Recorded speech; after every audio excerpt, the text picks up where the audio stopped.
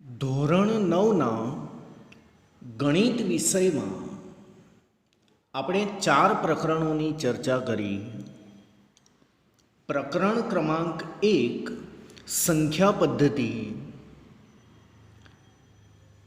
થી લઈને પ્રકરણ ક્રમાંક 2, 3 અને 4 જેમાં યામ ભૂમિતિ, દ્વિચલ સુરેખ સમીકરણ અને બહુપદીઓ વિશેની ચર્ચા કરી.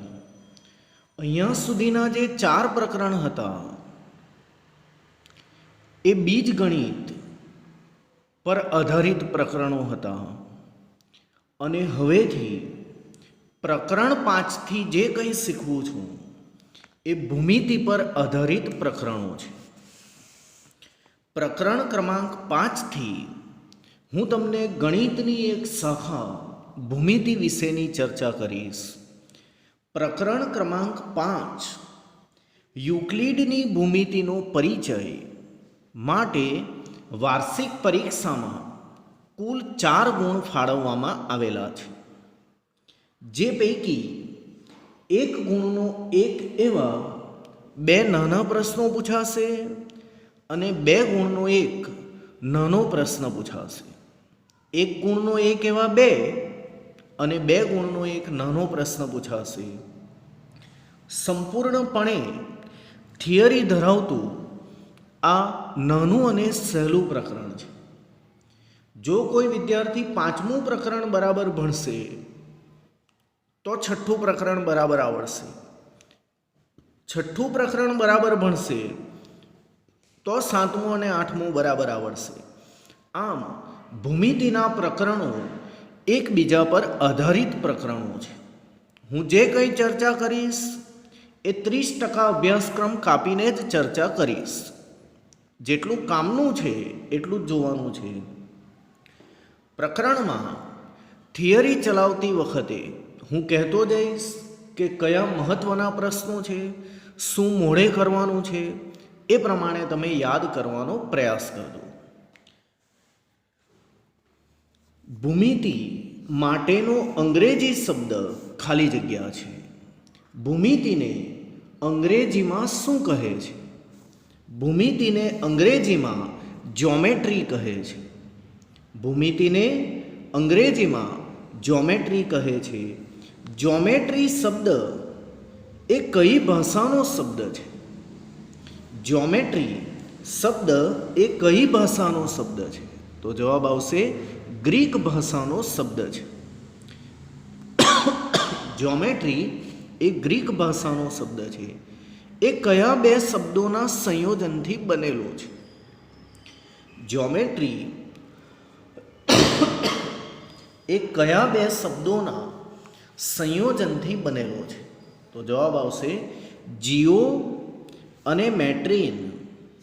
જીઓ અને મેટ્રીન. એ પૈકી જીઓનો અર્થ પૃથ્વી અને મેટ્રીનનો અર્થ માપવું એવો થાય છે.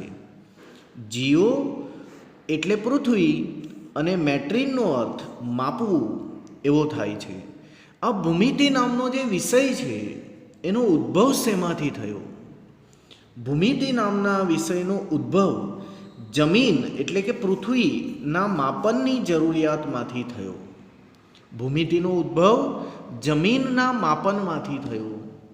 તો 3-4 ટૂંકા પ્રશ્નો. નંબર 1, ભૂમિતિને અંગ્રેજીમાં શું કહે છે? જ્યોમેટ્રી.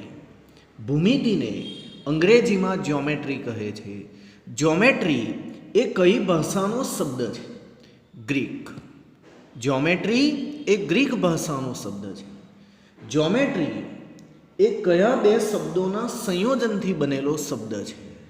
જીઓ અને મેટ્રીન, જેનો અર્થ પૃથ્વી અને માપન. જ્યોમેટ્રી એ જીઓ અને મેટ્રીન એવા 2 શબ્દોના સંયોજનથી બનેલો છે.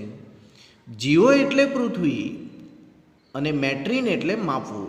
જમીનના માપનની શરૂઆતમાંથી ભૂમિતિનો ઉદ્ભવ થયો છે. શું આ ભૂમિતિ આજકાલ આવી ગયેલો વિષય છે કે ભૂતકાળથી, પ્રાચીન સમયથી આનો ઉલ્લેખ હતો?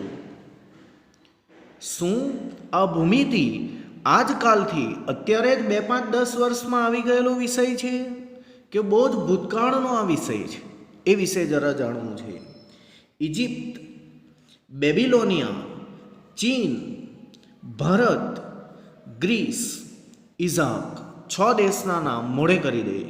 ઇજિપ્ત, બેબિલોનિયા, ચીન, ભારત, ગ્રીસ, ઇઝાક, બેની જોડીમાં. ઇજિપ્ત, બેબિલોનિયા, ઇજિપ્ત, બેબિલોનિયા, ચીન, ભારત, ચીન, ભારત, ગ્રીસ અને ઇઝાક. ઇજિપ્ત, બેબિલોનિયા, ચીન, ભારત, ગ્રીસ, ઇઝાક જેવી પ્રાચીન સંસ્કૃતિઓમાં ભૂમિતિનો ઉપયોગ થયો હતો. એવી પ્રાચીન સંસ્કૃતિઓના નામ જણાવો જેમાં ભૂમિતિનો ઉપયોગ થતો હતો.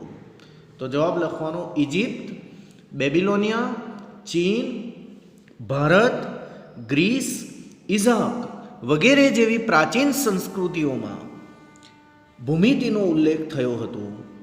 ભારતીય ઉપખંડમાં હડપ્પા અને મોહેન્જો-દડોમાં ભૂમિતિનો વ્યાપક ઉપયોગ જોવા મળ્યો હતો. ભારતમાં કઈ સંસ્કૃતિમાં ભૂમિતિ જોવા મળતી હતી એવો પ્રશ્ન પૂછાયો.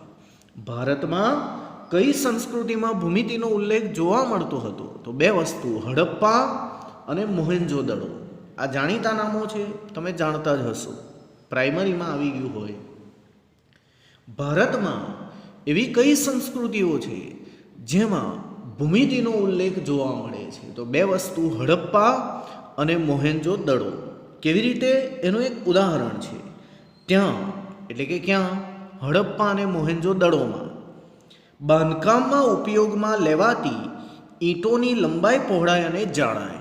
ઈંટની લંબાઈ, પહોળાઈ અને જાડાઈનું પ્રમાણ, ગુણોત્તર, માત્રા. કેટલી મોટી ઈંટ હતી? 4 જેટલી લંબાઈ, એનાથી અડધી. 2 જેટલી પહોળાઈ, એનાથી અડધી. 1 જેટલી ઊંચાઈ.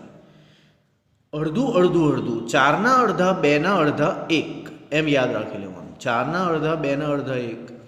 ઇજિપ્ત, હડપ્પા અને મોહેન્જો-દડોમાં બાંધકામમાં ઉપયોગમાં લેવાતી ઈંટની લંબાઈ, પહોળાઈ અને ઊંચાઈનો ગુણોત્તર જણાવો. તો જવાબ આવશે 4:2:1. 4:2:1. 3 પ્રશ્નો ચલાવ્યા. ભૂતકાળમાં કઈ સંસ્કૃતિઓમાં ભૂમિતિનો ઉલ્લેખ જોવા મળતો હતો? લખવાનું. ભૂતકાળમાં ઇજિપ્ત, બેબિલોનિયા, ચીન, ભારત, ગ્રીસ, ઇઝાક વગેરે દેશોમાં ભૂમિતિનો ઉલ્લેખ જોવા મળતો હતો. બીજો પ્રશ્ન, ભારતીય ઉપખંડમાં કઈ કઈ સંસ્કૃતિઓમાં ભૂમિતિનો ઉલ્લેખ જોવા મળતો હતો? જવાબ લખવાનો. ભારતીય ઉપખંડમાં હડપ્પા અને મોહેન્જો-દડોમાં ભૂમિતિનો ઉલ્લેખ જોવા મળતો હતો. ત્રીજો પ્રશ્ન, હડપ્પા અને મોહેન્જો-દડોની સંસ્કૃતિમાં બાંધકામમાં ઉપયોગમાં લેવાતી ઈંટની લંબાઈ, પહોળાઈ અને જાડાઈ એટલે કે ઊંચાઈની માત્રા, ગુણોત્તર, પ્રમાણ જણાવો. 4:2:1. 4ના અડધા, 2ના અડધા, 1 એ પ્રકારે યાદ રાખવાનું.